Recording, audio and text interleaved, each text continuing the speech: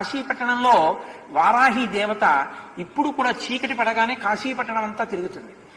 చీకటి పడగానే గుళ్ళోకి వెళ్ళిపోయి తలుపులు వేసేసుకుంటుంది. అందుకే సూర్యోదయం అయితే ఇంకా వారాహి దర్శనం ఉండదు కాశీలో. మనం చూడలేం కూడా. ఆ వారాహి యొక్క స్వరూపాన్ని దగ్గరగా నిలబడి చూడడానికి ఎవరికి ధైర్యం సరిపోదు. అందుకని ఏం చేస్తారంటే వారాహి దేవాలయం పైకప్పెక్కి సూర్యోదయానికి పూర్వమే పైన కన్నాలు ఉంటాయి. ఆ కన్నాల్లోంచి చూడాలి వారాహిని. కన్నాల్లోంచి చూసినందుకే ఉద్వేగం కలుగుతుంది. అలా ఉంటుంది ఆవిడ స్వరూపం.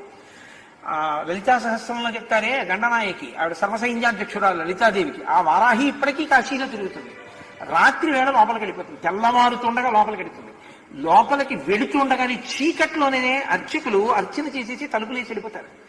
ఎవరైనా చూసేవాళ్ళు ఉంటే పైనుంచి ఒకసారి లోపలికి చూసి వెళ్ళిపోతారు అంతే.